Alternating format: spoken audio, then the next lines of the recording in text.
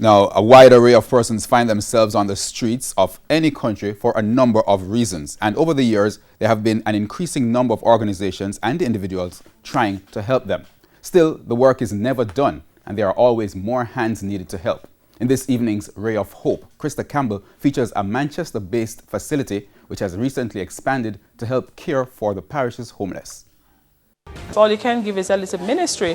5 minutes of prayer helps. Wendy Freckleton encouraging more help from the public at homes like this newly refurbished facility in Manchester.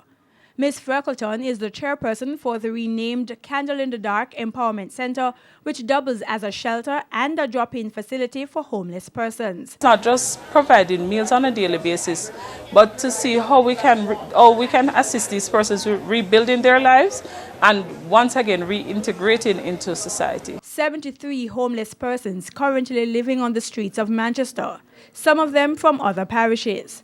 But Ms. Freckleton laments there's much more members of the public can do to help them, starting with treating them better. Homelessness is not immune or is not for a certain segment of people. And homelessness and mental illness can affect any of us. So I'm appealing to persons to take care of your brother, to ensure that you do something for someone who cannot afford to help you or to pay you back. She notes that Morelands Development and the Board of Supervision at the local government ministry provide monthly assistance, but there's always a need. We need food items, we need clothing, we need, at this time, we have a few beds upstairs, we still need more bedding, we need mattresses, we need lockers so that they can lock their stuff in when they're gone about their duties on a daily basis. Once per month, the Ministry of Health, the crisis team, the mental health department actually comes and treats the patients.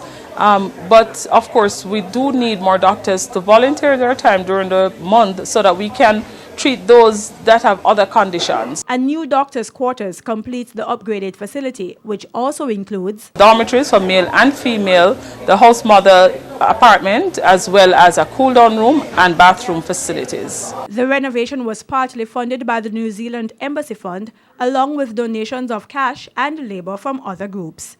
With a Ray of Hope, I'm Krista Campbell.